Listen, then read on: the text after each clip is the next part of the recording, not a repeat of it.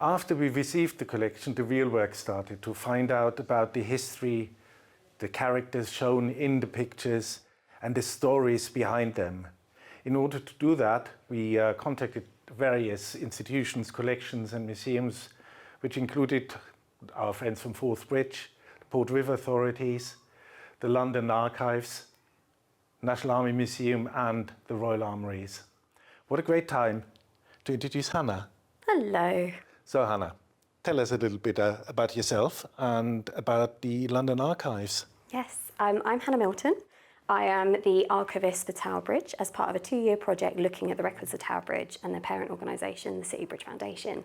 The London Archives, formerly known as the London Metropolitan Archives, is an archive that captures the history of London. We kind of like to think of ourselves almost like a memory box for London. How often is it that you get inquiries about a collection like this? Quite rarely, especially something so intrinsic and unseen to do with Tower Bridge's history. So we have photographs marking the ceremonial opening with the royal family, but to have pictures of everyday people crossing that bridge for the first time is incredible. Well, I couldn't agree more. These photographs, when I first saw them, my hair stood up. I've taken out 2 of them, which I find particularly interesting, and it just starts an almost detective process as you start in looking into them. For example, this one. This is a view of the public opening on 9th of July, as we know, and it shows lots of bits which have disappeared since, so we can learn more about the lighting here. For example, there's lots of lamps here which have disappeared since and which are evidence of the original gas lighting. And then when you look at the people here, you see there's everyday Londoners here. Yes. Lots of men, obviously, very few women, but then also here there's some setup here where the photographer probably erected some barriers and so on. Behind it, a carriage with a horse. So it's just a starting point. You open a door into the world of London on 9th of July, 1894, sometime in the afternoon. Yeah. It's really interesting to see it through your eyes, because having spent now a year in the collection, so I've been dealing with over 2,000 plans, some of which come from the construction, I go a completely different direction. So I'm looking at this and going, oh, is that what that looked like? Because as you say, these features aren't there anymore, yet I've got plans and drawings of the lamps, of the curbs, of the windows. So I'm drawn to different things to you, which makes this kind of collaborative work even more important. That's part of the process and why these pictures are so interesting. You can look at them from various aspects, from an archiving aspect, from a story aspect. You could look at the fashion that people were wearing. You could look at employment history, social history, etc., etc. So it's a whole world of research and stories which opens up here. They are every day. Although it would have been a professional photographer that took these photographs, the people in there aren't posed. So that is literally a window to the past. So there was this particular one I wanted to have your expertise on because that one fascinated me. It's a photograph which on the back here has some writing, Deputy Harbourmaster, and here in front it shows this gentleman standing there, surface of the road about to be completed. And I think you were exactly the right person to talk to about this Deputy Harbourmaster. Yeah, so one of my favourite things about being an archivist is the detective-like nature of it, about how archives are the puzzle pieces that come together to kind of illuminate history.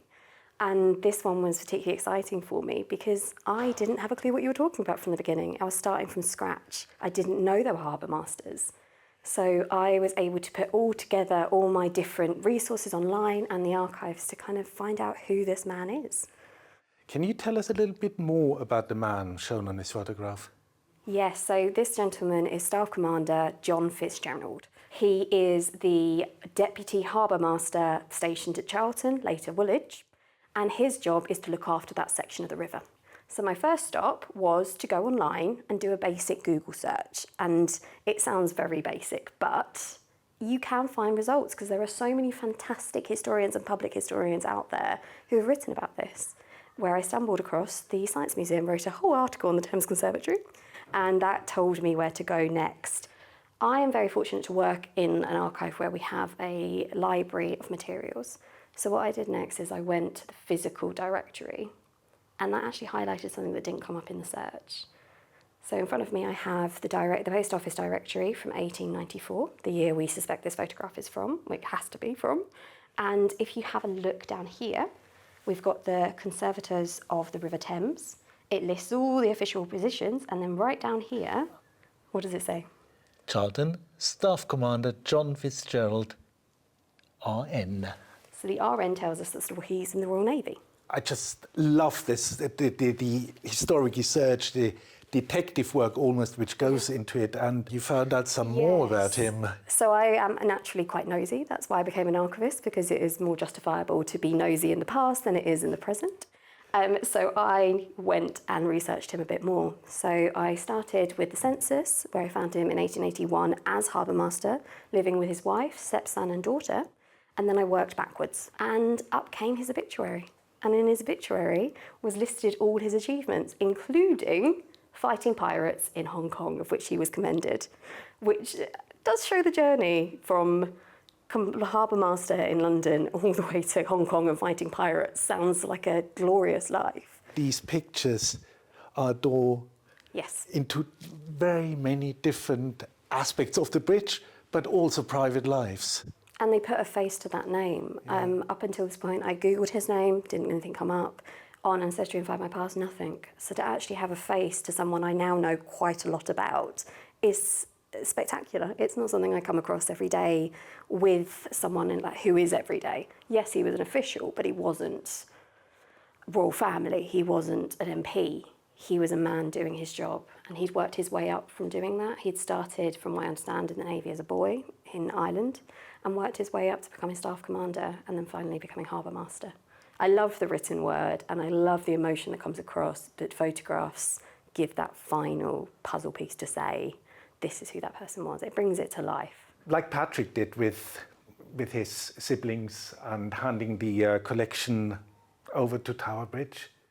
We are obviously keen on receiving more of these boxes which are hiding somewhere under a bed or in an attic, and discovering more about these. There is many other histories hidden behind these photographs, not just stories about Tower Bridge, but also stories about London, and we are really keen. Yeah, Tower Bridge is a brilliant gateway into the history of London. It stood witness to London, so to use it as an impetus to bring out these stories is commendable. Well, thank you, Hannah, to help us uncovering some of these stories, and the search goes on and the research goes on. Thank you. We're here at the Royal Armouries at Tower of London, and I'm meeting with Emma Maudsley, Senior Keeper and Keeper of the Tower Armouries. Emma, tell us about your job. And I understand it goes back many, many centuries. Part of it does, yes. So as Senior Keeper, I manage the curatorial team across the Royal Armouries' 3 sites in Leeds, Tower of London and Fort Nelson. But the part of it that is Keeper of Tower Armouries goes back till 1423. So, Emma, is there a particular link between Tower Bridge and the army and military presence at the tower? Well, there's always been a military presence in the area, so it's very much a link. We are, Tower Bridge is next to the Tower of London. We have gun salutes, we have ceremonial duties here, and royal coronations. This site played a role in that. So there's always been pageantry here, and that does link across to the tower. So it would be natural that there would be a relationship between the soldiers garrisoned here, the regiment stationed here, and our neighbours with Tower Bridge. Well, a very significant element of that and an event was 1894, the big ceremonial opening of Tower Bridge on 30th of June 1894. And that's why we came to you for some advice on some of the troops and some of the units which were involved and we know were involved, and also the photographs which we discovered which show some of these units. So there are so many regiments that have long historic associations with the tower, and alongside that, now have associations with Tower Bridge. I contacted you in particular about two photographs which show two of these units in action during the 30th of June. One of them is the photograph of the royal procession, and it's a very famous unit. That's household cavalry. So yes, there are units that have traditionally play very important roles in ceremony. Many regiments do, but that's certainly one of them. So it was interesting to see that photograph and to be able to identify it. It's always difficult when you have photographs that are black and white. It is harder to identify exactly what's in the image, and also when they're quite so small. But that was one that we could identify. We also came to ask you about this particular photo, which is one of my favorites, and it shows two gentlemen in the front, which are Tower Bridge workers, and here this person on a horse in the background. From that, try and work out who it could be, what unit he could be serving in. So for this one, we believe it's Royal Horse Artillery. A lot of the uniforms worn for ceremonial duties then, very similar uniforms for ceremonial duties, are still worn today. The same details of what's called lace, the sort of braiding, is the same. So it is an educated guess, but an educated guess that's also helped by the lists which we find in accompanying material like the Bridge House Estate Committee meetings or the newspaper reports of the time. Yes, indeed. So there are ways to narrow it down to make sure you're not too far off what it could be. But sometimes you still get units that get substituted or for one reason or another aren't necessarily on the official lists and they've changed in or out. So there always has to be a bit of caution when you see the official lists of units attending, whether that is actually what happens on the day. Out of these list of units involved on the day, is there any particular units which are still in existence? Very specifically, the Honourable Artillery Company. So we have gun salutes out on the wharf outside the tower, which I'm sure you hear on Tower Bridge, for royal birthdays, for coronations, really important, significant events. It's one of those units that has a really important role in our pageantry here at the Tower. So it was a very, very colourful event on that Saturday morning. If you were to compare it to an event nowadays, today, in the present, what would you compare it to? Really, that volume of soldiers and the Royal Navy, you wouldn't really see at an opening of a civic building or something like a bridge today, but you would at a coronation or at a royal wedding. So it's still part of our sort of national identity, but more for state events rather than to the unveiling of a building. Well, it's interesting that the status Tower Bridge was allocated at the time, and then the importance, obviously, linked to the opening of our bridge. Yes. Makes one proud.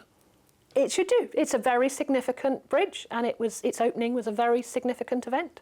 So, Emma, thank you very much for your time, and thank you very much helping us bringing this exhibition together. Thank you for the opportunity to work with you on it and to share these photographs with us. It's been a great pleasure meeting all our friends and colleagues in institutions and collections in London and beyond. And I think it has given us some ideas for further research. And in the meantime, come and see the exhibition, launching a landmark, the Unseen Opening Weeks.